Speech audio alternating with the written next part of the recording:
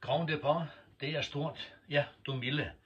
Men jeg tror, man med held, kløgt og snille, når man vælger en ny Grand Depart fra en by, vælger storbyer større end lille.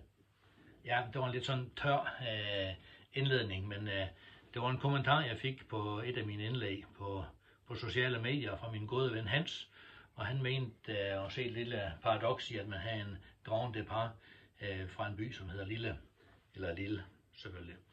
Men de fleste store, de har jo været små først, og det er egentlig noget af det, som dagens limerick handler om. Og jeg har lyst til at åbne min julekalender. Og heri finder jeg en ganske lille cykeltrøje. Og det er fra min lokale sportsklub, Sande Sportsklub i Vestfold, hvor cykelgruppen er nok så aktiv. Og jeg har skrevet en limerick om det. Uno X, arbejdsplads for de bedste. Cykelstjerner kendt af de fleste. Men der sker mange ting overalt rundt omkring i klubber, som former de næste.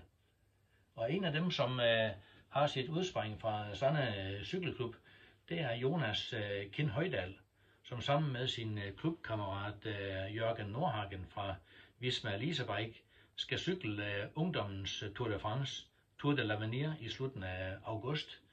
Og det kommer jeg tilbage til, når den tid kommer, men jeg vil gå ind og tænde for fjernsynet, og så se, hvad der sker på dagens etape.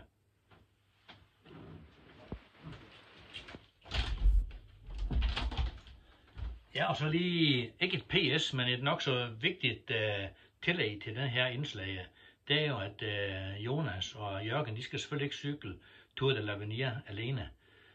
Sidste år var der ikke penge til, at Norge kunne sende et hold, men i år har man 4 stærke ryttere med fra Team Coop Repsolos, som sammen med Jørgen og Jonas danner den her 6-mands trup, som skal gøre det godt i Tour de l'Avenir. Norge har stolte traditioner der, og jeg håber, at vi plusser på med flere store præstationer i år.